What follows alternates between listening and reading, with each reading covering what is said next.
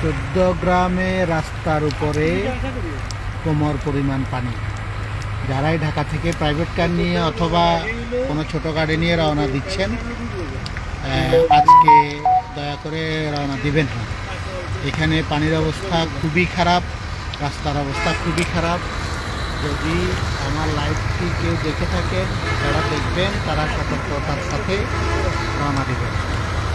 আমরা রাত্রে রওনা দিয়েছি, এখন চট্টগ্রামে আটকে আছি অনেকক্ষণ ধরে, প্রায় 2 ঘন্টা। সুতরাং এই চট্টগ্রামের রাস্তার উপরে, সব রাস্তার উপরে সম্পূর্ণ পরিমাণ উপরে পানি, গাড়ির অর্ধেক ডুবে গেছে। সুতরাং কোনো প্রাইভেট কার অথবা কোনো ছোটো গাড়ি নিয়ে ঢাকা থেকে কেউ রওনা দেবেন না প্লিজ। আপনারা যারা ঢাকা থেকে রওনা দেওয়ার চিন্তা করতেছেন ফেনীর উদ্দেশ্যে, আপনারা ছোটো গাড়ি নিয়ে রওনা দেবেন না। ছোটো গাড়ি না, মাঝারি কোনো গাড়ি নিয়ে রওনা দেবেন না। খুবই বাজে অবস্থা, কোমর পরিমাণ পানি। যাস না, এদিকে যাস না, তুই এদিকে যাচ্ছিস।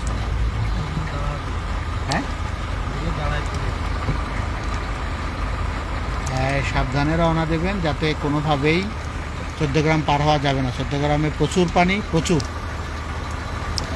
একতলা ডুবে গেছে, একটা বিল্ডিং দেখা যাচ্ছে যেটাতে নিচতলা ডুবে গেছে, দোতলা কোনো রকম আছে। সুতরাং বুঝতেই পারতেছেন রাস্তায় পানির পরিমাণ। রাস্তার পাশের দোতলা বিল্ডিংয়ের একতলা পুরোটাই ডুবে গেছে। আমরা ফেনীতে যাচ্ছিলাম, আমরে জামাত আসার কথা ছিল। আমরে জামাতকে হেলিকপ্টার আসার জন্য আমরা পরামর্শ দিয়েছি, উনি চেষ্টা করছেন হেলিকপ্টার নিয়ে ফেনীতে আসার জন্য। দোয়া করবেন আমাদের জন্য, আমরা যাতে ঠিকমতো গন্তব্যে পৌঁছতে পারি। আসসালামু আলাইকুম রহমতুল্লাহ।